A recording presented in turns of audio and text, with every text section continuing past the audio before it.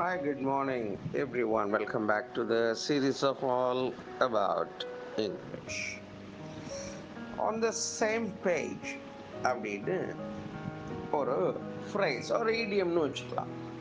இப்போ அதுக்கு என்ன மீனிங் அப்படின்னா, எல்லோரும் ஒத்திசைந்து ஒரே மாதிரி திங்க் பண்ணி ஒரே லைக்ஸ் அண்ட் டிஸ்லைக்ஸில் இருந்து selling on the same boat அப்படின்னு சொல்லுவாங்கல்ல, ஒரே படகில் அவர்கள் பிரயாணிக்கிறார்கள், ஒரே மாதிரி திங்க் பண்ணுறாங்கன்னு அர்த்தம். இப்போ எக்ஸாம்பிள் என்ன சொல்லலாம்னா, let's make sure we are all on the same page about goals and deadlines.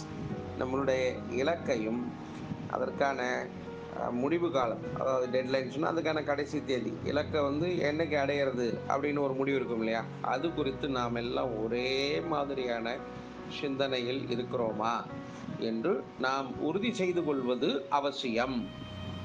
Let's make sure we are all on the same page about goals and deadlines அப்படின்னு சொல்லியிருக்காங்க. On the same page அப்படின்னா ஒத்த நோக்குடைய, ஒத்த விருப்பமுடைய, எல்லோரும் ஒரே சிந்தனையில் இருக்கின்ற அந்த மாதிரி பதத்தில் இதனை பயன்படுத்தலாம்.